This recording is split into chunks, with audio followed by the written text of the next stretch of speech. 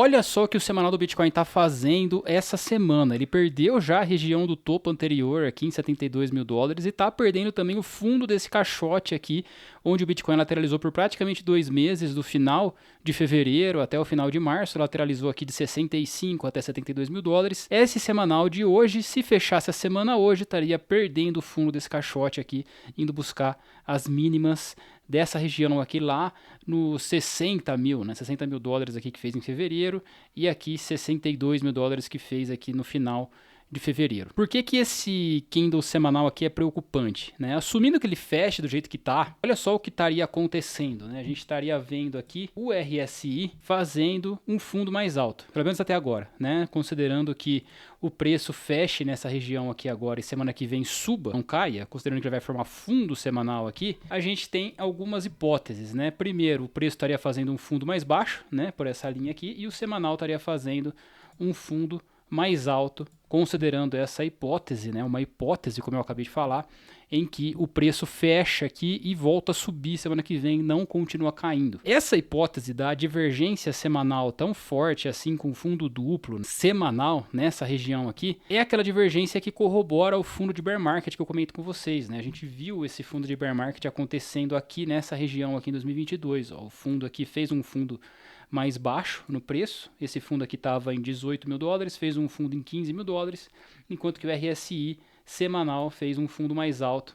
E também exatamente a mesma situação que está agora, né? O primeiro fundo foi na sobrevenda, o segundo foi fora da sobrevenda. Aqui estaria fazendo a mesma coisa se essa hipótese se confirmar da semana que vem voltar a subir, né? Fazendo um fundo, primeiro fundo na sobrevenda, segundo fundo fora da sobrevenda, com a super trend ainda vermelha. E depois de formar esse fundo, dá uma esticada para cima, rompe a super trend e aí é quando volta o bull market. Se a gente vê isso acontecendo agora, aqui, a gente poderia falar que o bull market voltaria, né, praticamente no rompimento da super trend aqui.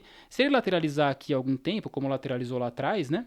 Se ele lateralizar aqui algum tempo, a super trend pode baixar aqui, talvez o rompimento dessa região dos 82 mil já marque o rompimento da super trend que viraria lá para cima e faria o bull market voltar quando voltar acima de 80 mil dólares, né? Por enquanto, teria que romper a super trend que está agora nos 89 mil, praticamente 90 mil dólares. Lembrando que eu comentei com vocês do início do bear market, né? Que para mim aconteceu nesse candle semanal aqui, né? Quando ele virou a super trend para baixo. E o próximo candle rompeu a mínima dele na região dos 92 mil. Né? Essa foi a região onde eu vendi boa parte dos meus bitcoins. Comprei bastante nesse fundo aqui atrás, esperando que esse fosse o fundo real do bear market.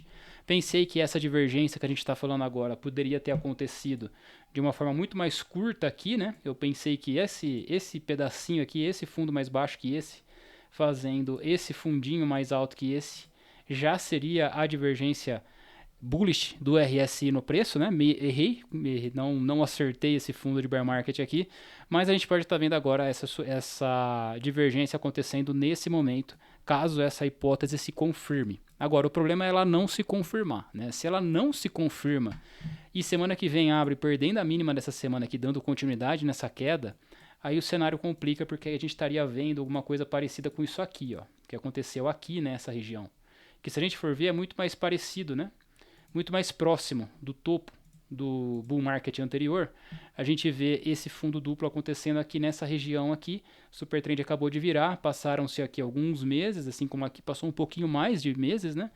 Mas a gente poderia estar vendo essa tentativa aqui, né? Considerando que esse candle aqui seria esse candle aqui do dia 2 de maio aqui, ó, seria o equivalente ao candle dessa semana que a gente está agora. E considerando isso, né, a semana que vem é muito decisiva, porque se ela romper a mínima, a gente está falando de um derretimento bem maior do que o derretimento que teve até agora, e aí sim começar a buscar o fundo do bear market. Diferenças para essa hipótese, né, o que trabalha contra essa hipótese, é que nessa situação aqui atrás, a gente não estava nem perto da sobrevenda nesse primeiro fundo aqui, né? Esse fundo aqui, ó, não estava em sobrevenda aqui. Enquanto que agora, esse primeiro fundo aqui já foi na sobrevenda. Então, estaria mais para a gente dizer que essa região aqui em cima seria o equivalente dessa região aqui atrás, né? Não tem como dizer, mas é o que está mais próximo se a gente fizer esse espelhamento do ciclo passado para esse ciclo de agora, tá? O que eu tô pensando em fazer aqui? Eu tô pensando em não fazer nada essa semana, pelo menos com relação a trade de cripto e Bitcoin.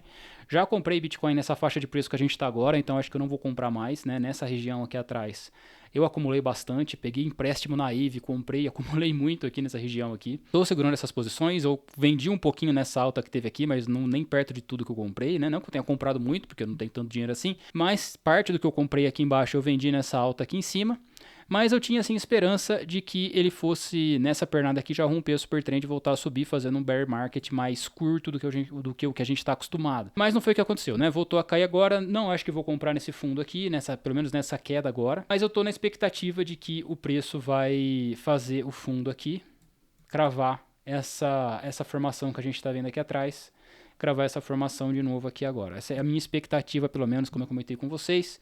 Espero que isso aconteça. Se formar esse fundo aqui, confirmando essa divergência, aí vai depender, para mim, da Supertrend, né? Como eu comentei com vocês, esperaria a Supertrend ficar verde para confirmar de fato que o bull market voltou. Mas como eu disse, eu não pretendo acumular mais. Talvez, se confirmar fundo aqui, eu compre antes da Supertrend virar, apostando aqui numa relação risco-retorno melhor do que seria esperar a Supertrend virar. Agora, se a gente analisa as médias principais semanais, a gente vê uma coisa interessante acontecendo aqui agora.